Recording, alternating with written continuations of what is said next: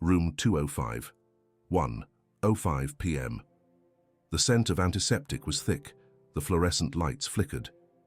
Emily Davis opened the patient chart. Her heart dropped.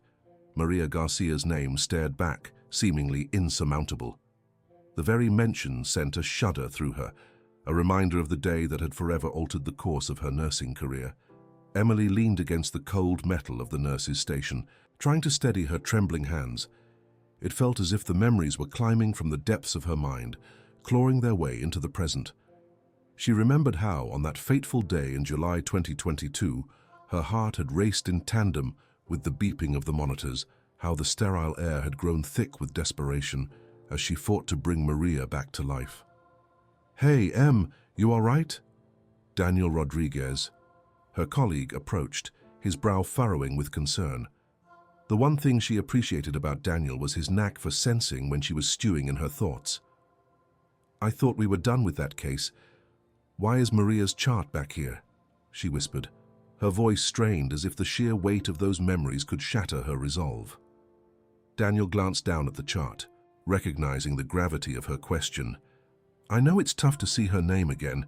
We're getting a new patient in critical condition. They said the symptoms are similar." "What?" Emily's breath caught. "Who?" "They didn't give specifics, just that family is on their way." Her heart raced. Could it be another Garcia? After everything she had learned from dealing with Maria's case, she felt a wave of nausea hitting her. The emotional wound was fresh even nearly a year later, and now it threatened to open wide once more. "Daniel, I can't do this again." The tremor in her voice was unmistakable. "Emily, listen. This isn't about her anymore, it's about saving the living." Daniel's tone was firm but gentle, a soothing balm on her raw nerves. "But what if it's too late for her too?" The fear bubbled up, the fear of failure that had haunted her since Maria. "Just focus on your training, okay? You've got this." He stood tall and placed a reassuring hand on her shoulder, a lifeline in this tumultuous sea of her thoughts. Yet as the ER doors swung open, the chaos of incoming patients heightened Emily's anxiety. She stared into the bustling hallway, heart pounding. Was it possible that Maria's sister was in trouble too? A suffocating sense of dread mingled with responsibility weighed heavily on her chest.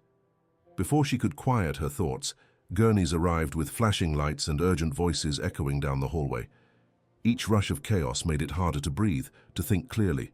The sounds of distant alarms and shuffling feet played like an ominous soundtrack to her panic. As Clara Garcia was wheeled in, her face appeared pale and drawn, eyes flickering with fear. Emily's breath hitched in her throat. Clutched in Clara's fingers was a rosary, one that Emily recognized all too well. Maria's rosary, glimmering under the sterile lights, a haunting reminder of loss juxtaposed against the desperate hope of a new beginning. Emily's heart sank. Would history repeat itself, or could she finally rewrite the ending? Feeling the weight of her past pressing down, she steadied herself, ready to dive headfirst into this storm. She would not let this family suffer another tragedy if she could help it. Not again. The paramedics swiftly wheeled Clara into the trauma bay, their voices commanding authority mixed with urgency.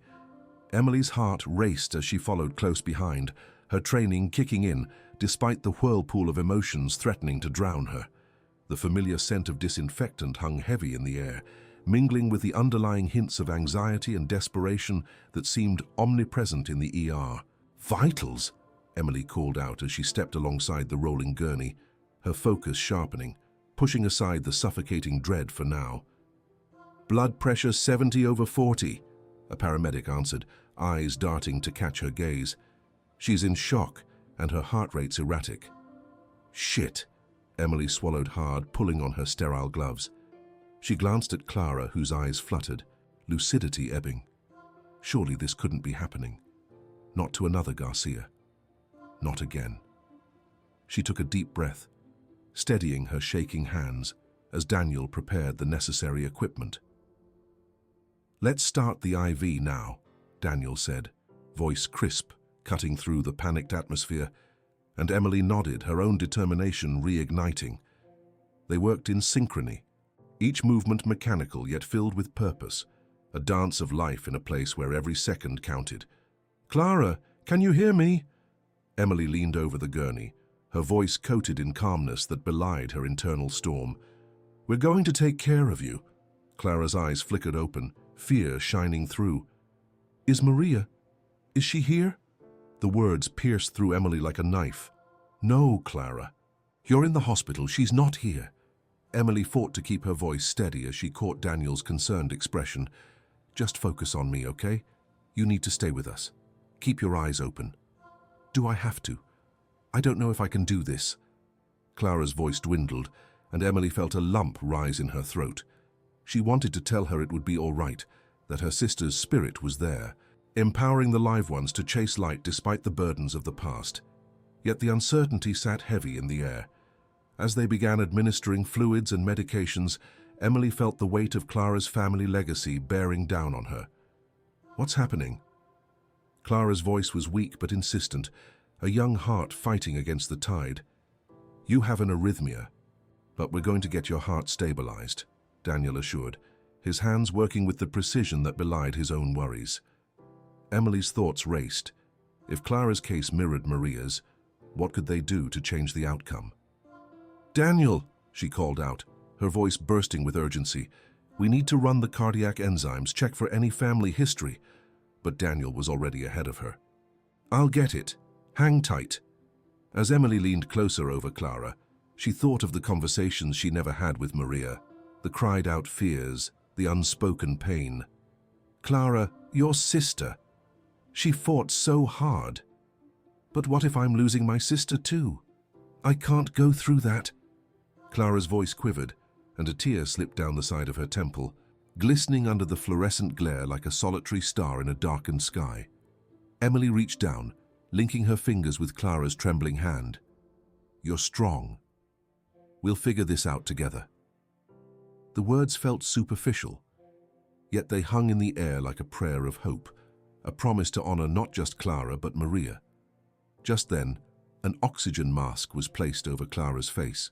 The rush of shallow breaths echoed in the small room, blending with the mechanical beeping of monitors. The time dragged on agonizingly slow. It felt as if the very seconds hung like lead weights. "Emily," Daniel's voice was low, urgent, pulling her attention away from the chaos in her mind. "This isn't just her heart, is it? We both know the history. Her hands are cold." As Clara's condition worsened, Emily felt her own fears rising like a tide threatening to engulf her. "There's something else here," she murmured, feeling the urgency of the moment pulsating through her.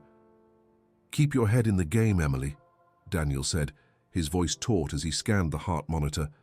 "Focus on her." But her mind raced back to the records she had seen, whispers in the hall, comments of a cycle of grief, similar faces haunting their corners. "We need to talk to someone about Maria's case. There were inconsistencies. I can't help but wonder if this is more than just medicine." "We save Clara first, okay?" Daniel said firmly, pulling her back from the edge of spiraling thoughts. As they continued their life and death dance, Emily's thoughts whirled chaotically. What if this wasn't simply a case of medical emergency, but something deeper? A resonance of grief strung across their community like a funeral hymn. And there it was, an old wooden rosary slipping from Clara's fingers, clattering onto the floor, echoing the loss of another name. In that moment, Emily felt herself once again at the precipice of her fears, standing at the edge of that dreaded chasm called guilt. "Get that rosary," she whispered, unsure if it was for Clara or for herself. But in the midst of turmoil, a flicker of resilience sparked in her chest. She recalled a vital truth: hope begins with love, recorded in the heartbeats of those still able to fight. The notes of this new chapter forged between them, pulling them closer as the chaos surrounding them raged on. As Clara's heartbeat finally stabilized, Emily realized this was not the end for either of them. They had the power to rewrite history, not as a repetition of losses, but as an embrace of life. And with that, she felt the first stirrings of something profound begin to take root. A chance, a flicker of hope. The room settled into a tense silence as Clara's vitals stabilized, the once frantic beeping of monitors slowing to a steadier rhythm. Emily took a deep breath, the antiseptic scent sharp in the air, a constant reminder of life and death battling in tandem. She squeezed Clara's hand tightly, feeling the warmth returning just a bit. "Stay with me, Clara," she whispered, her voice low and filled with both concern and encouragement. Clara's eyelids fluttered open, fear lacing her tired gaze. "What if I lose myself like Maria did?" she managed, her words barely a whisper as they clung to the hospital air. "No," Emily insisted, her voice steady and strong despite the memories threatening to drag her under again. "You are not alone, and this is not the end. Together we'll get through this." The weight of her own promises hung heavily in the air. With a final squeeze, Emily stepped out of the room, pulling herself back into the reality of the hospital corridors. Daniel leaned against the wall, arms crossed, but his expression was focused. "We need to find answers," he said, "for Clara and for ourselves." Emily nodded, frustration mixing with urgency in her chest. "We're facing something deeper here, Daniel, more than just Clara's medical emergency." "Are we sure about that?" he asked, brow furrowing. "I just can't shake the feeling that there's something unspoken in this family's history," she replied, leaning against the nurse's station. "And it feels like a darkness from the past is reaching out, trying to pull us back." Daniel glanced toward Clara's room, then back at Emily. "Let's save Clara first, then we can dig into Maria's case. Maybe talk to Pastor Tim." "It could help," Emily agreed, relieved at the thought of someone who could ground their curiosities with wisdom. "He knows these families and their histories better than anyone." As they moved toward the chapel, Emily felt a blend of hope and dread swirling within her. The soft light streaming through the stained glass painted warming hues on the cold tile floor, but shadows still lingered. Together they stepped through the chapel doors, where Pastor Tim sat, his presence a calming force. "Pastor, Clara is in the ER. We need guidance," Emily rushed, her heart pounding with urgency. "Ah, the Garcias," he murmured, eyes narrowing slightly. "They've faced many shadows in this community, a shared grief that runs deep." Emily felt her pulse quicken. "Clara's case reminds me too much of Maria's death, and I can't let this cycle continue." Tim surveyed them thoughtfully, as if weighing their words against old memories. "You're not alone in this. Many carry burdens unseen." Just as Tim spoke, an elderly woman shuffled into the chapel, her weathered face lined with unease. "Pastor Tim, listen to me," she said, her voice shaky. "There's a curse on this town. It's about time someone acknowledged it." A chill ran through Emily. The weight of the past pressed in closer, and she felt like they stood at the brink of something monumental. All the anguish woven into their community, the moments of pain wrapped in threads of connection. "What do you mean by curse?" Daniel asked, taking a step forward. The woman's gaze bore into his, wild and weary. "Many families have hidden pain. They never share it, but their darkness lingers like fog." Emily's heart raced. Could that be why Clara's here now? Could it explain the inconsistencies in Maria's treatment? Pastor Tim nodded slowly. "Darkness festers when hidden. It is often broken by the light of truth. Sometimes it takes a courageous heart to reveal it." Emily felt a determination swell inside her. She refused to let fear stop her from uncovering the truth, not just for Clara, but for all who had suffered in silence. "We need to find a way to face this pain collectively," she said, looking at Daniel and Pastor Tim. "It's time we address both the truth and the healing." As the elderly woman lingered by their side, eyeing them with a blend of hope and concern, Emily knew they were on the cusp of unraveling something significant. It was a chance not only for Clara's recovery, but for the community as a whole. A path toward healing that required courage, honesty, and love. Every heartbeat counted, and this was a moment to ignite the light and face the shadows head-on. The atmosphere in the chapel thickened with the weight of unspoken truths, as if the very walls held their collective breaths, waiting for the words that had long been buried. Emily glanced at the elderly woman, whose deep-set eyes sparkled with a knowledge that hinted at decades of untold stories. "Tell us more about this darkness," Emily urged gently, her voice low but firm. "What do you know?" The woman stepped closer, her hands trembling slightly, as if the weight of her memories was both a burden and a source of strength. Each family carries their own pain, but they never talk about it, like a wound covered in a bandage festering beneath. The Garcias have endured more than their share. Maria's tragic passing was just a part of the larger tale. Daniel shifted, clearly unsettled. But why didn't anyone say anything? Why allow things to linger in silence? The woman nodded, sorrow etched across her features. Fear keeps people quiet. Fear of judgment. Fear of being misunderstood. It's easier to bear pain alone than to risk being vulnerable in front of others.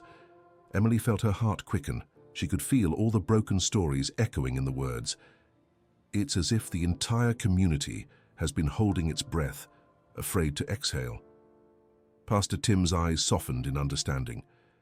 Until someone stands up and awakens the courage within others, the cycle of suffering continues. Today might be the day. "Do you really believe that?" Daniel asked, skepticism mingling with hope. Emily's determination felt like a fire igniting within her. "Yes. If we start talking, if we unearth the truth, we can guide our community toward healing. We must hold a gathering, invite the families to share their stories, make it a safe space." "People are afraid," the woman warned, her voice trembling. "They fear what will surface. Some have dark secrets they carry daily." "Secrets can only hurt if they stay hidden," Emily insisted, looking around at the three of them. "If we create an environment where families feel safe enough to share, then there can be liberation." "A brave idea," Pastor Tim agreed, admiration evident in his voice. "Though it may not be easy, it must be done. Healing begins when we stop allowing fear to control us." Daniel nodded, although hesitation flickered in his eyes. "But how do we even begin to gather people? This community has been through so much. They may not respond positively to bringing their pain to the forefront." "We reach out to them one at a time," Emily suggested with a newfound resolve. "There's a trust we can build, starting with Clara's family. We make them our priority. They're in the heart of all of this."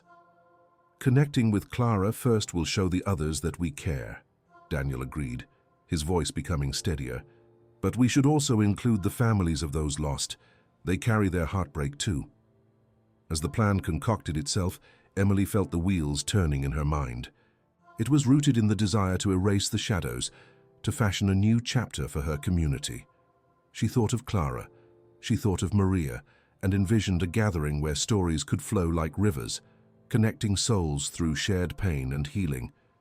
Determined, they devised a strategy to contact families, simple phone calls, warm invitations to join a community gathering at the church, a place where they could speak freely.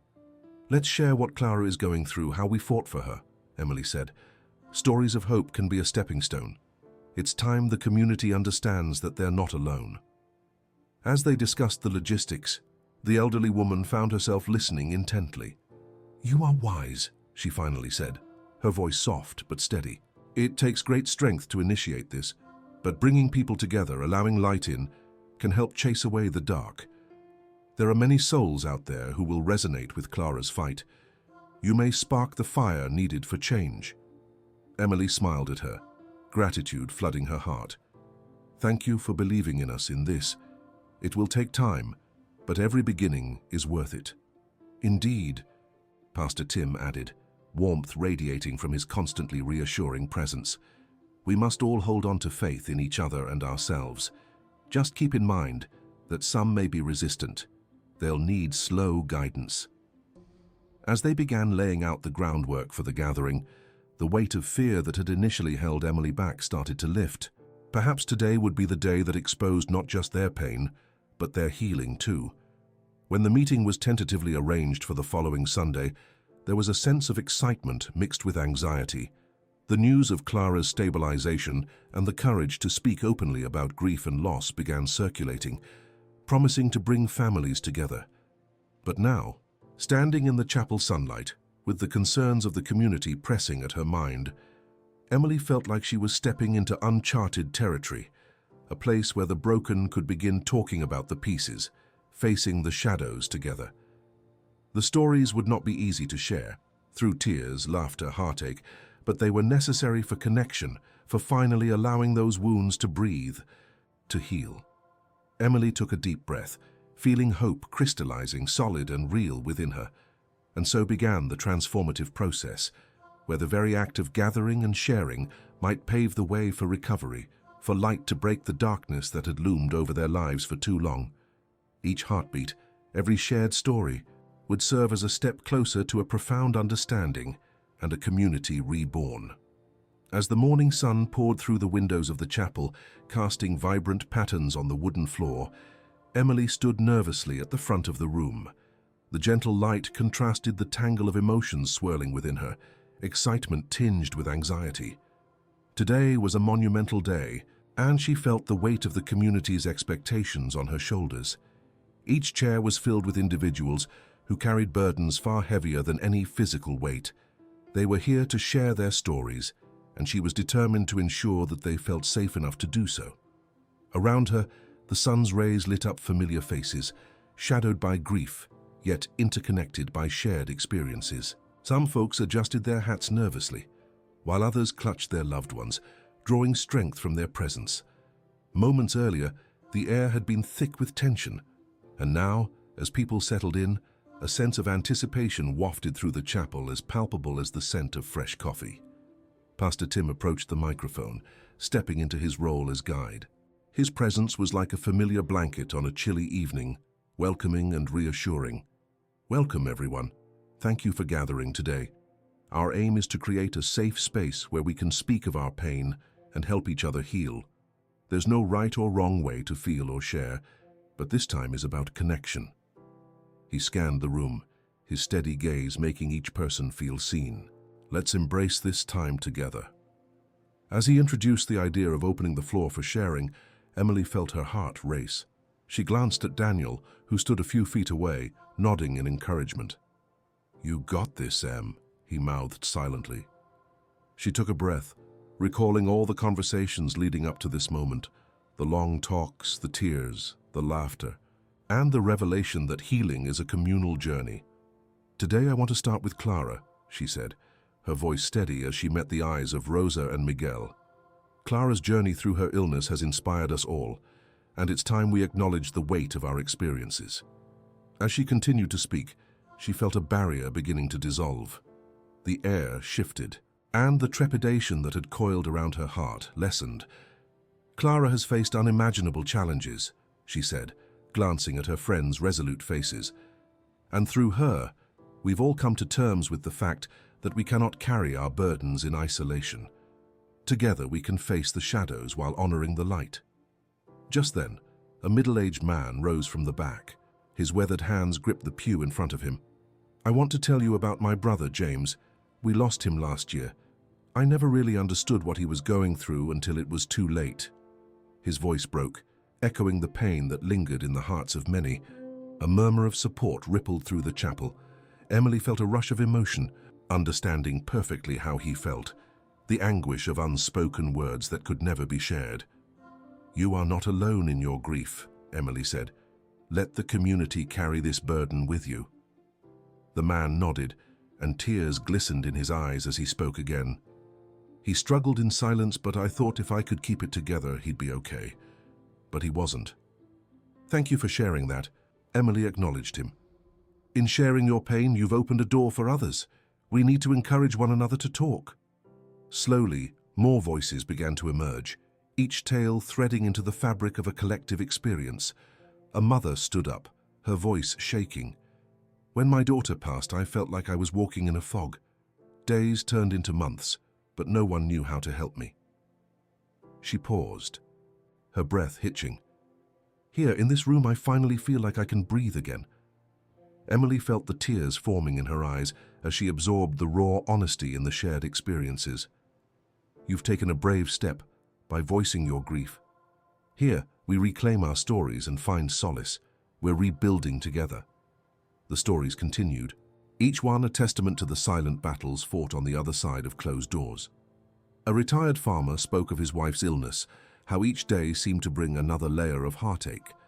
A young man shared how he lost his best friend in a tragic accident. With each story spoken, the tightness around Emily's heart gave way to an overwhelming sense of connection and solidarity. Magic happened when they didn't shy away from sharing their true selves. Finally, Miguel and Rosa stood, both visibly moved. Miguel spoke through his tears. "We lost our daughter, Maria. We're learning to live again, but it's hard. Sometimes it feels like a betrayal to be happy in her absence." Emily's heart clenched at his words, and the tears she had shed during the gathering transformed into a flood. "It's okay to feel joy while bearing grief. Maria lives on in your love and cherished memories. It's all part of honoring her spirit." As people began to share their experiences more freely, a sense of healing permeated the atmosphere, wrapping the room in warmth. Emily savored each moment, the way laughter sometimes broke through the tears, the glimmers of hope flickering amid the stories of pain. "Let us always make this space available to speak, to connect, and to breathe," Emily said quietly, looking around at those gathered. "Together, even in loss, we become something greater. Together, we heal."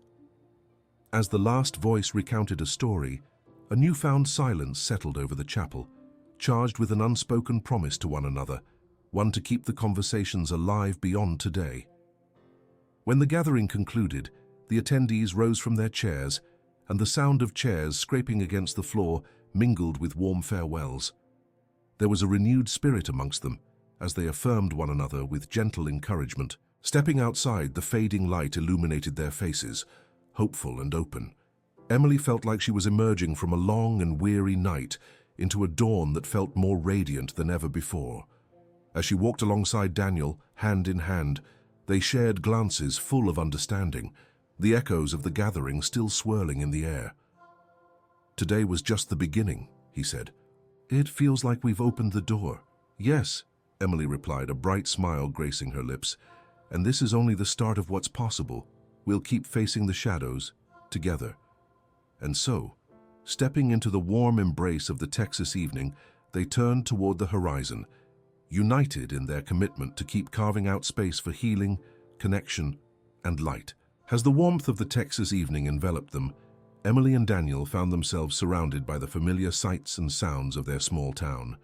The golden light of dusk bathed everything in a soft glow, transforming the mundane into something sacred. They strolled toward their old pickup truck parked by the chapel, laughter and conversations of fellow attendees floating behind them like a gentle breeze. "I can't believe how many people turned up," Daniel said, running a hand through his hair. "It was touching to hear everyone open up like that. I think many were waiting for the right moment." Emily nodded, her heart still racing with the emotions shared during the gathering. It felt so raw and honest. "I think just knowing that they're not alone gives them hope." She paused, glancing back at the chapel's doors. They felt more like an open invitation now, a gateway for many who had been trapped in silence. Today sparked something bigger. I could feel it. As they reached the truck, Daniel opened the door for Emily before climbing in next to her. "What do you think? Should we plan another gathering soon?" He turned the keys in the ignition, but Emily's thoughts were already racing ahead. "Definitely. Maybe we can start a regular support group, create a schedule. If we keep these conversations going, we can help each other heal."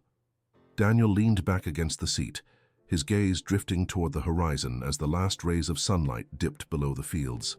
"And we can invite more families, if we could just reach those who've been struggling in silence, and share what truly matters, the love and laughter alongside the struggles," Emily added, her voice a whisper tinged with conviction. "We can reforge those broken bonds." But as they chatted about future plans, a shadow of doubt crept into Emily's thoughts. What if the next meeting doesn't draw as many people? What if they come and feel overwhelmed? Could they really create lasting change? "Hey, you all right?" Daniel's voice pulled her from her thoughts. "You look like you're thinking a mile a minute." "Just wondering if we're really ready for this. It's a big commitment, you know? What if people don't come back?" "Hold on a second," he said, turning to face her. "Look at what happened today. They shared their stories because they felt seen. Remember what we heard during the gathering? We're making a difference just by being here together." Emily searched Daniel's face for reassurance. "You really think so?" "I do," he said with unwavering certainty. "Healing isn't linear. There will be ups and downs. But as long as we foster a safe space, Encourage openness and honesty. They'll keep coming back, you'll see. His words were like a buoy tossed into turbulent waters. She felt herself anchored in hope, but still, the fragile confidence she had built ebbed and flowed. What if I say something wrong, put my foot in my mouth in front of everyone? Hey, he said, leaning in closer. You already have this gift of making people feel comfortable. The truth is, none of us have all the answers. Just sharing your own experiences will resonate with others. It's more than enough. With a deep breath, Emily nodded, trying to embrace the calmness washing over her. They began to drive home, the landscape becoming a series of shadows under the twilight sky. As the engine hummed softly, she felt her heart begin to settle, tracing paths of each road as they drove through their beloved rural Texas. Once inside their cozy home, the familiar sights calmed her racing thoughts. The last rays of sun danced through the kitchen window, and Emily set her bag down on the counter. They began brewing a pot of coffee, the rich aroma filling the air, a grounding comfort after the emotional whirlwind of the day. You know, we should reach out to everyone who came today, Daniel suggested while pouring the coffee. Maybe we can send them a follow-up note, encouraging them to keep sharing their thoughts, see how they've been since the meeting. Emily's heart warmed at the idea. That's great. A little reminder that they're not alone, and that they can continue carrying one another if they need to. As they took their mugs outside to the porch, the warm Texas night wrapped around them. Emily felt a sense of belonging, a connection not only to Daniel and the present moment, but also to the growing network of community that had formed that day. Let's sit and think about the future we want for our town, Daniel said, resting his arm around her. They both gazed out toward the star-speckled sky, tracing constellations that whispered stories of resilience and hope.